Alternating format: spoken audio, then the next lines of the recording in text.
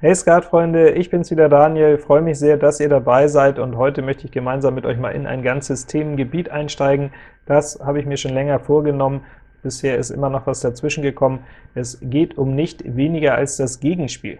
Und das ist ein ziemlich weites Feld, das eine oder andere Video dazu habe ich auch schon gemacht. Ich verlinke hier gerade noch mal eins, aber mein Gefühl ist doch, dass ich da bisher eher an der Oberfläche gekratzt habe, und ich möchte es mit euch jetzt mal von allen Seiten beleuchten. Und mir ist natürlich auch klar, die Rolle des Alleinspielers ist die beliebtere Rolle, es ist die aktivere Rolle mit mehr Entscheidungs- und Einflussmöglichkeiten, bei der ihr euch auch am Ende des Spiels mit mehr Punkten belohnen könnt. Es ist aber natürlich genauso klar, dass ihr als Teamspieler fast doppelt so oft antretet, und insofern seid ihr einfach gut beraten, auch diese Rolle anzunehmen, auf diesem Gebiet eure Waffen zu schärfen und auch die Schönheit im Gegenspiel zu erkennen. Nicht zuletzt gilt es unter erfahrenen Spielern als ausgemacht, dass das Gegenspiel die Königsdisziplin ist, weil es eben noch eine ganze Ecke anspruchsvoller ist als das Alleinspiel. Und das liegt nur einerseits daran, dass ihr euch im Team blind mit einem Partner verstehen müsst und da Missverständnisse auch vorprogrammiert sind. Es liegt aber überwiegend daran, dass ihr, wenn ihr in eure 10 Karten schaut, noch gar nicht genau wisst von den verbliebenen 22 Karten, welche kämpft auf eurer Seite und welche ist beim Gegner, wer ist also Freund und wer ist Feind. Das ist noch gar nicht so ganz klar, und damit folgen eine ganze Menge an Komplikationen, beziehungsweise gibt es viel mehr Möglichkeiten und Wege zu durchleuchten. Wie kann die Karte stehen? Was hat mein Partner gemeint? Gibt es überhaupt noch einen Weg auf 60 und vor allen Dingen sich in das Spiel des Alleinspielers auch hineinzuversetzen und was er womöglich gedrückt hat? All das ist viel komplizierter als der recht geradlinige Plan des Alleinspielers, der von Anfang an genau weiß, welche 12 Karten auf seiner Seite sind. Wir starten also jetzt mal mit einem Beispiel, in dem ich genau schon mal eine von den typischen Fallen aufzeige, die am Wegesrand des Gegenspiels lauern und die ich so oder so ähnlich ganz häufig sehe. Schauen wir mal, was ihr dazu sagt.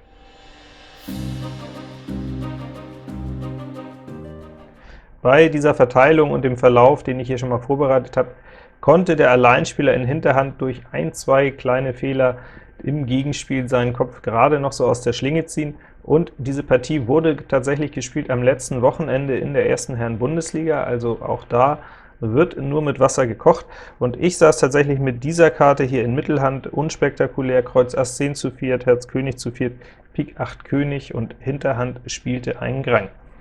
Mein Partner eröffnete das Spiel mit Karo Ass, ich hatte kein Karo und war sehr zuversichtlich, habe aus meiner langen Farbe das Ass gewimmelt, und es wurde vom Alleinspieler bedient mit der Karo 7.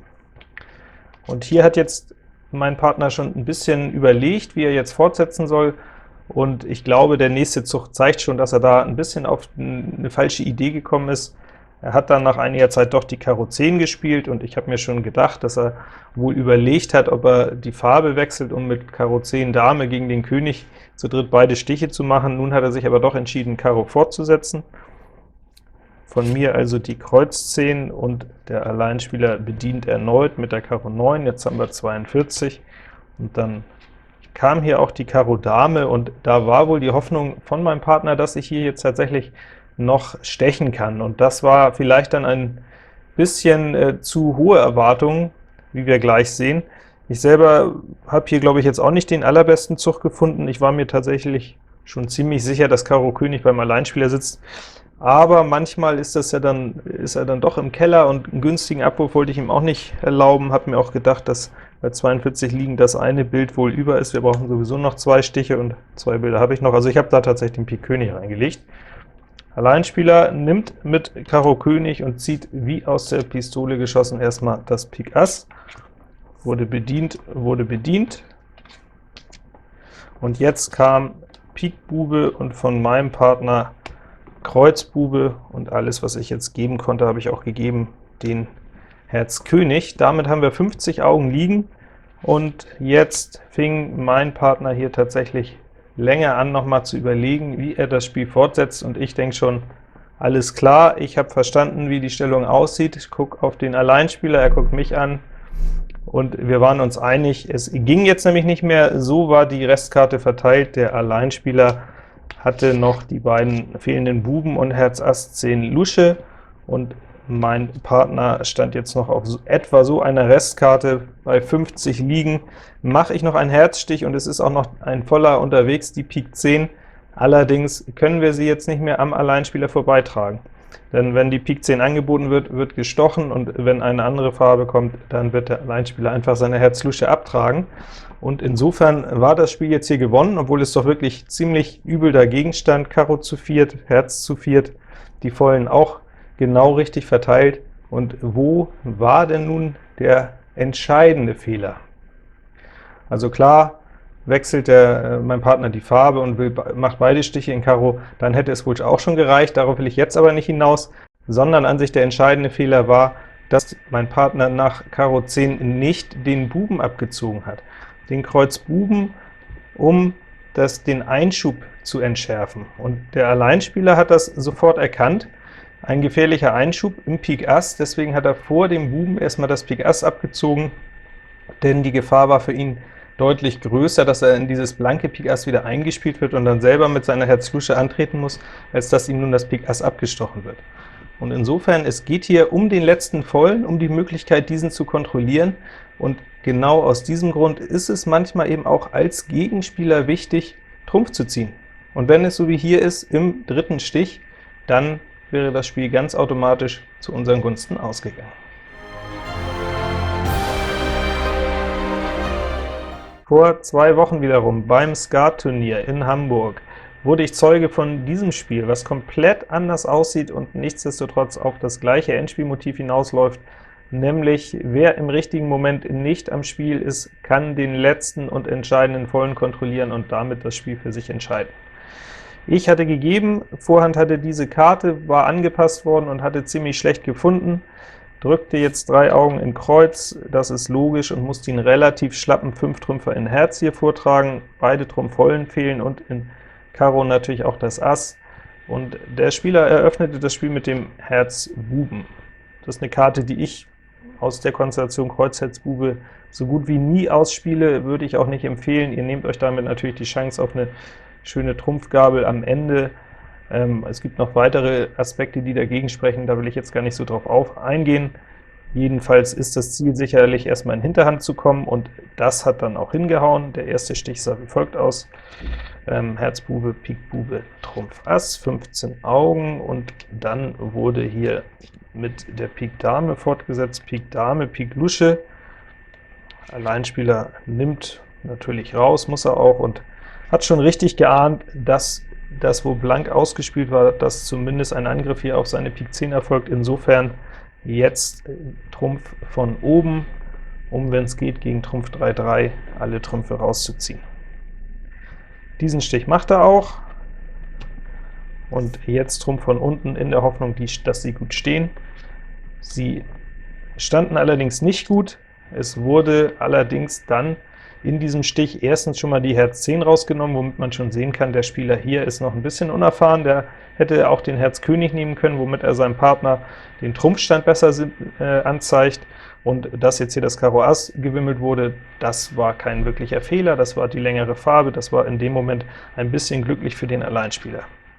Also 36 Augen für die Gegenpartei, und dieser Spieler spielt jetzt ganz einfach die Farbe hinterher, wo er das Ass gesehen hat. Es fällt Karo Lusche, Karo König, und jetzt nimmt der Alleinspieler natürlich raus und ist schon von dem sicheren Sieg überzeugt, bringt schon so ein bisschen, ja, überschwänglichen Spruch: Mensch, das Spiel kann ich eigentlich nur gegen Trumpf 3-3 gewinnen, na? So nach dem Motto, den habt ihr aber schlecht gespielt, und spielt jetzt wieder Trumpf hinterher.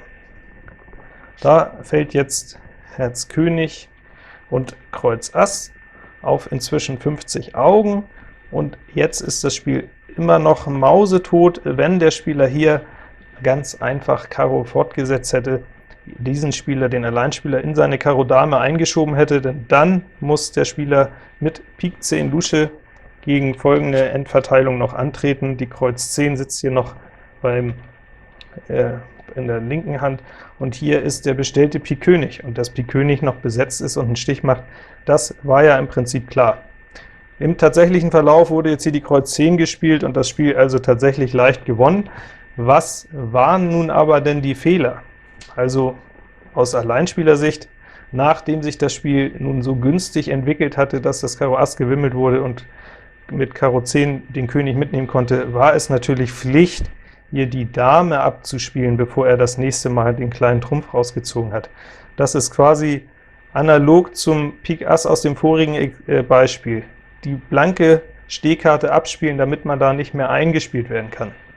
Das war aber erst der zweite Schritt. Er hätte das Spiel von Haus aus trotz Karo Ass Wimmlung nicht gewinnen können, wenn der Spieler hier, nachdem er das Karo Ass gewimmelt bekommt, direkt mit dem Herz König nochmal fortsetzt, dann das Kreuz Ass sich den anderen vollen abholt und damit diesen Einschub in Trumpf rausnimmt. Also beide Seiten haben es hier nicht optimal gespielt, beide Seiten haben gar nicht diese Gefahr erkannt oder gar nicht die Möglichkeit genutzt, ihre Stehkarten abzuziehen, um die Einschübe rauszunehmen. Nichtsdestotrotz ein ziemlich gutes Beispiel, warum es eben auch als Gegenpartei ganz gut und wichtig sein kann, mal die Einschübe rauszunehmen und Trumpf zu ziehen. Dann hoffe ich, dass ich euch für dieses spannende Thema Gegenspiel schon mal ein bisschen sensibilisieren konnte, begeistern konnte, vielleicht richtig anfixen konnte für die nächsten Videos, die dann noch kommen. Und wenn ihr noch dabei seid, wenn es euch gefallen hat, dann wäre jetzt der richtige Moment, mich mal hier ein bisschen am Bauch zu pinseln. Also genau hier, da mag ich es am liebsten. Und wie macht ihr das online natürlich? Am besten mit den erhobenen Daumen und indem ihr mir folgt. Und wenn ihr jetzt schon mal ganz aufmerksam in den Abspann schaut, da zeige ich schon mal eine Möglichkeit, wie ihr mich bald noch besser unterstützen könnt. Dazu dann aber mehr in den nächsten Videos, und bis dahin, gut Blatt!